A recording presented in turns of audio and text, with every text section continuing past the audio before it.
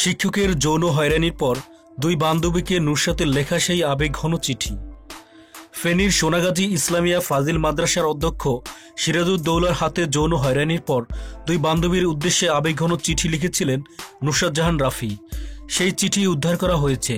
রাফি সেই চিঠিতে লিখেছে, আমি লড়ব, শেষ নিঃশ্বাস পর্যন্ত লড়ব। মঙ্গলবার দুপুরে বাড়ি থেকে এগুলো উদ্ধার করেছে সোনাগাজী মডেল থানার পুলিশ।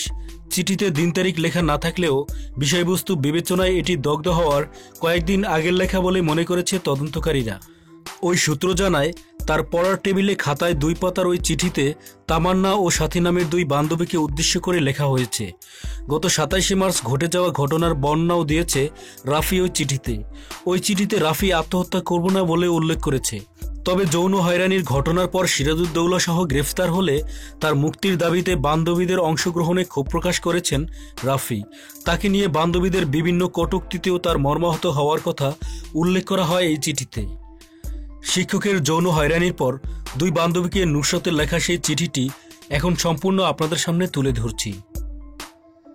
তামান্না ও সাথী, তোরা আমার বোনের মতো এবং বোনেই। ওই দিন তামান্না আমায় বলেছিল আমি নাকি নাটক করতেছি। তোর সামনেই বলল, আরও কি কি যে বলল। আর তুই নাকি নিশাতকে বলেছিস আমরা খারাপ মেয়ে। বোন, প্রেম করলে কি সে খারাপ? তোরা সিরাজউদ্দৌলা সম্পর্কে সব জানার পরও কিভাবে তার মুক্তি চাইতেছিস? তোরা জানিস না ওই দিন রুমে কি হয়েছে? উনি আমার কোন কোন জায়গায় হাত দিয়েছে এবং আরও কোন কোন জায়গায় হাত দেওয়ার চেষ্টা করেছে। উনি আমায় রুমের ভেতরে বলতেছে, নুসরাত ঢং করিস না, তুই প্রেম করিস না, ছেলেদের সাথে প্রেম করলে ভালো লাগে। ওরা তোরে কি দিতে পারবো? আমি তোরে পরীক্ষার সময় প্রশ্ন দেব। আমি শুধু আমার শরীর দিতাম ওরে। বোন, এই জবাবের উত্তর দিলাম, আমি একটা ছেলে না, 1000টা ছেলে। আমি লড়ব, শেষ নিঃশ্বাস পর্যন্ত লড়ব। আমি প্রথমে যে ভুলটা করেছি আত্মহত্যা করতে গিয়ে, সেই ভুলটা দ্বিতীয়বার করব না। মরে যাওয়ার মানে তো হেরে যাওয়া। আমি মরব না, আমি বাঁচব। আমি তাকে শাস্তি দেব। যে আমায় কষ্ট দিয়েছে আমি তাকে এমন শাস্তি দেব তাকে দেখে অন্যরা শিক্ষা নিবে। আমি তাকে কঠিন থেকে কঠিনতম শাস্তি দেব ইনশাআল্লাহ। এখানে উল্লেখ্য, গত 27 মার্চ সিরাজউদ্দৌলার বিরুদ্ধে যৌন নিপীড়নের অভিযোগে মামলা করেন নুসরাতের মা। মামলা প্রত্যাহারে রাজি না হওয়ায় ছাত্রীটির গায়ে আগুন ধরিয়ে দেওয়া হয়। ওই দিনই গুরুতর আহত অবস্থায় ওই মাদ্রাসার ছাত্রীটিকে ঢাকা মেডিকেল কলেজ হাসপাতালের বার্ন ইউনিটে ভর্তি করা হয়। এখন নুসরাত জাহান রাফি আর নেই।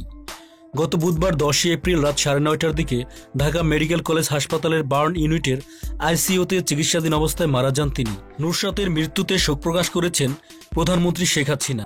প্রধানমন্ত্রী শেখ হাসিনা নুসরাতের হত্যাকারীদের বিচারের আওতায় আনতে এবং শাস্তিমূলক ব্যবস্থা গ্রহণের জন্য আইন প্রয়োগকারী সংস্থাগুলোকে নির্দেশ দিয়েছেন।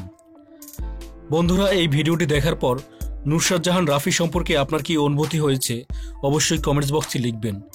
নুসরাত জাহান রাফির জন্য সবাই দোয়া করবেন এবং নুসরাত জাহান রাফিকে যারা হত্যা করেছে সেই হত্যাকারীদের আপনারা কী ধরনের শাস্তি আশা করেন তাও কমেন্টস করে জানাবেন। ভিডিওটি ভালো লাগলে লাইক করবেন এবং পরবর্তী ভিডিও পাওয়ার জন্য আমাদের চ্যানেলটি সাবস্ক্রাইব করে সাথেই থাকবেন। আল্লাহ হাফেজ।